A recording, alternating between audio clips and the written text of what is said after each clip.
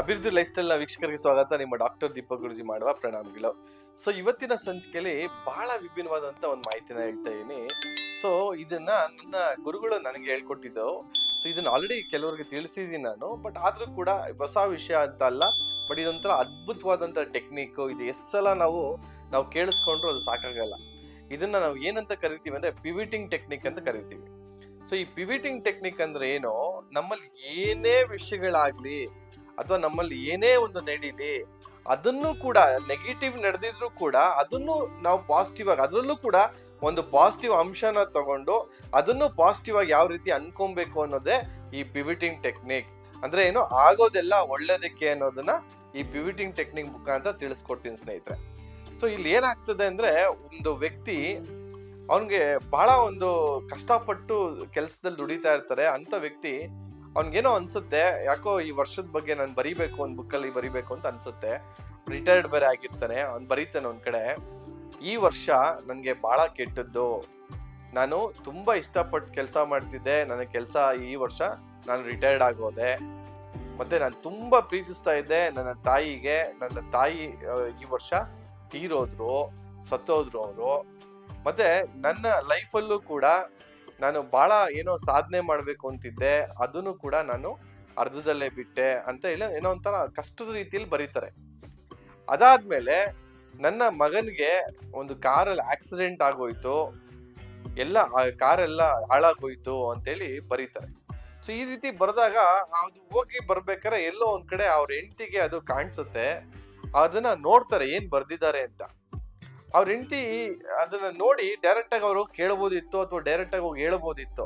ಅವ್ರು ಏನ್ ಮಾಡಿದ್ರು ಅಂದ್ರೆ ಬಹಳ ಆಶ್ಚರ್ಯ ಆಗುತ್ತೆ.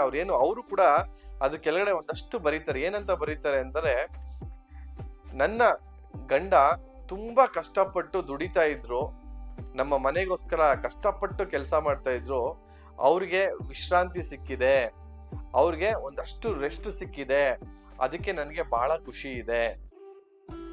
ನಮ್ಮ ಅತ್ತೆ ಯಾವುದೋ ಒಂದು ಕಾಯಿಲೆಯಿಂದ ಬಹಳ ನರಳ್ತಾ ಇದ್ರು, ಅವರು ತುಂಬಾ ಒಂದು ನೋವಿಂದ ಅವರು ಜೀವನ ನಡೆಸ್ತಾ ಇದ್ರು, ಅವ್ರು ಹೆಂಗೋ ಅವರು ಅದೇನೋ ದೇವರ ಪಾದ ಸೇರ್ಕೊಂಡ್ರು, ಅವ್ರಿಗೆ ಆ ನೋವಿಂದ ಬಿಡುಗಡೆ ಸಿಕ್ತು, ಅದಕ್ಕೆ ಧನ್ಯವಾದಗಳು ಅಂತ ಬರೀತಾರೆ. ಅದೇ ರೀತಿ ನನ್ನ ಮಗನ ಕಾರ್ ಆಕ್ಸಿಡೆಂಟ್ ಆಯ್ತು, ಆದ್ರೂ ಕೂಡ ನನ್ನ ಮಗನಿಗೆ ಏನೂ ಆಗ್ಲಿಲ್ಲ, ನನ್ನ ಮಗ ತುಂಬಾ ಚೆನ್ನಾಗಿದ್ದಾನೆ, ಅದಕ್ಕೆ ಧನ್ಯವಾದಗಳು ಅಂತ ಬರೀತಾರೆ. ಅದೇ ರೀತಿ ನನ್ನ ಗಂಡ ಮಾಡಿದ್ದೆಲ್ಲ ಸಾಧಿಸಿದೆಲ್ಲನೂ ಸಾಧಿಸ್ಬಿಟ್ಟಿದ್ದಾರೆ, ಅವ್ರು ಅನ್ಕೊಂಡಿದ್ಕಿನ್ನ ಹೆಚ್ಚಾಗೆ ಸಾಧಿಸಿದ್ದಾರೆ, ಅದಕ್ಕೆ ನಾನು ತುಂಬಾ ಕೃತಜ್ಞತೆ ಆಗಿರ್ತೀನಿ, ನಾನು ತುಂಬಾ ನನ್ನ ಯಜಮಾನ್ರ ಸಾಧನೆ ಬಗ್ಗೆ ತುಂಬಾ ಹೆಮ್ಮೆ ಪಡ್ತೀನಿ ಅಂತೇಳಿ ಬರೀತಾರೆ.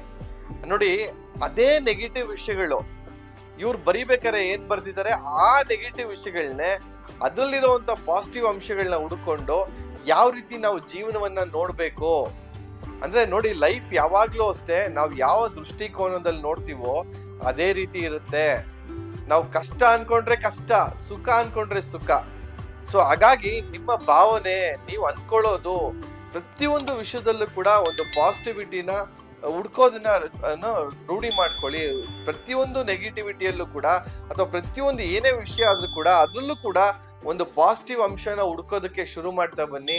ನಿಮ್ಮ ಜೀವನದಲ್ಲಿ ಅದ್ಭುತವಾದಂತ ಸಕ್ಸಸ್ ನೋಡ್ತೀರಾ ಸ್ನೇಹಿತರೆ. ಹಾಗಾಗಿ ಆಗೋದೆಲ್ಲ ಒಳ್ಳೇದಕ್ಕೆ ಅನ್ನೋ ಒಂದು ಮೂಲ ಮಂತ್ರ ಇಟ್ಕೊಂಡು ನೀವು ಬದುಕಿದೆ ಆದ್ರೆ ಜೀವನದಲ್ಲಿ ಅದ್ಭುತವಾದಂತ ಸಕ್ಸಸ್ ಕಾಣ್ತೀರಾ ಅಂತ ಹೇಳ್ತಾ ಇವತ್ತಿನ ಸಂಚಿಕೆ ಮುಗಿಸ್ತಾ ಇದೀನಿ. ವಂದನೆಗಳು.